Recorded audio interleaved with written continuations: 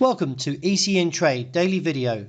Before we begin, it should be noted that any advice is of a general nature only, and that your personal circumstances have not been taken into consideration. Hello everyone, my name is Rob Clayton and thank you for joining me.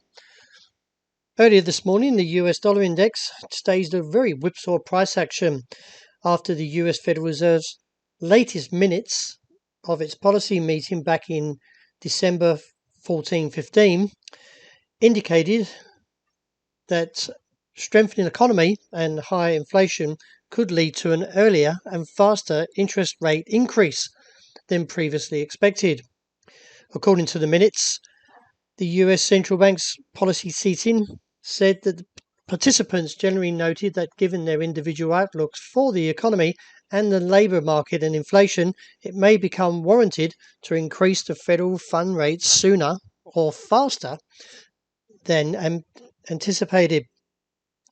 Meanwhile, all eyes look to this Friday's monthly December US non-farm payrolls report, which forecasts an expecting rise of 410,000 jobs prior to the dismal number that came in previously in November, which was 210,000.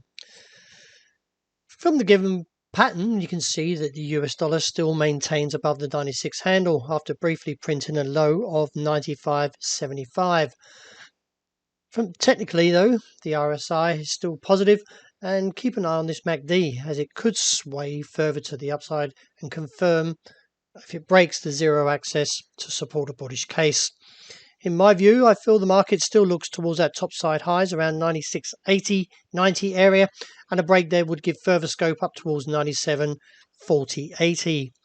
This in terms would see the euro stage a retreat from its current levels around 113.5 to 114 and possibly stage a downturn back towards the low 112 with a broader pattern looking at 111 figure 50 area.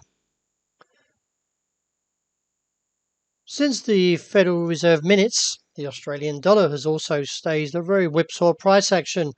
It briefly looked to the top side where that 60-day moving average is around 72.75.90 and now pressures the support region seen at 71.60 We have seen a low of 67, but a break underneath 71.60 would give further evidence, and looking at the RSI and with the MACD as well near enough marrying up together, could actually see a downturn towards 17.90 where I've outlined in blue and reassess from there.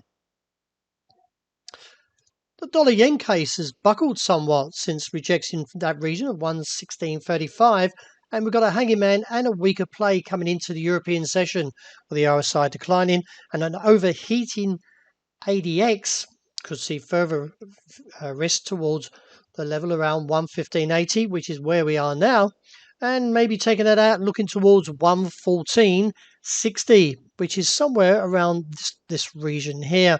I feel the market may see a little bit of a positive return here, but overall I think the market has hit a top, and let's see if we can get that pullback.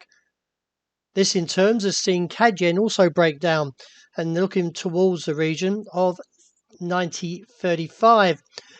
This could actually lead further towards this break where this trend was once resistance, now support, seen at 89.60. Sterling, on the other hand, was very, very choppy also, and as you can see from the price action, has retreated from that region of the high 135 and now breaking down. And from a technical point, a little bit showing of divergence, could actually see the move towards 134.30. Reassess from there. Beneath there is about 100 points lower, around 133.45 as the next support. Overall, though, the pound has buckled and looking like a possible short-term correction to the bear case. Looking at gold, well, also whipsaw price action rejects that level around 1,830 and now on a downward case, looking towards the region I feel that I've been calling for some time at 1,788. A break beneath there would give the next indication to the bear case, or add into further weaker play towards 1,757 to 64. Technically, the RSI is in support, and just keep an eye on that MACD as it is breaking down as well. Finishing up with oil, well, there is bearish divergence here, keep an eye as the market is still a little bit whipsawed around this 76.50 level. But if we do see this indication to the bear case, then I am looking for a further fall and holding the view down towards 73.30 and reassess from there. Well, that wraps it for today. Thank you very much for joining me. And as always, look out for the intraday report, and I hope you enjoy the rest of the day.